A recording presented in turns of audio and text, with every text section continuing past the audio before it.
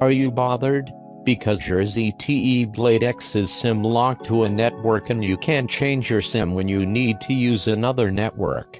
Are you worried that you will not get the right value for your ZTE Blade X when you would want to sell it? You don't have to worry anymore. Now you can SIM unlock your ZTE Blade X very easily and cost-effectively with letsunlockphone.com. Just go to the link given in the description below. That link will take you to the product page of your phone.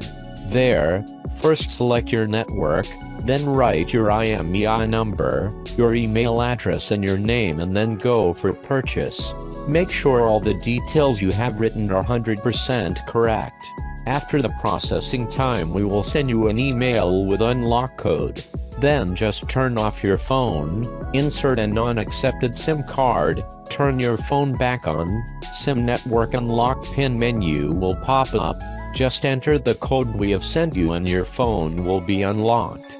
This is the permanent unlocking method, and now you can use any SIM in your phone, and unlocking your phone will also elevate its resale value.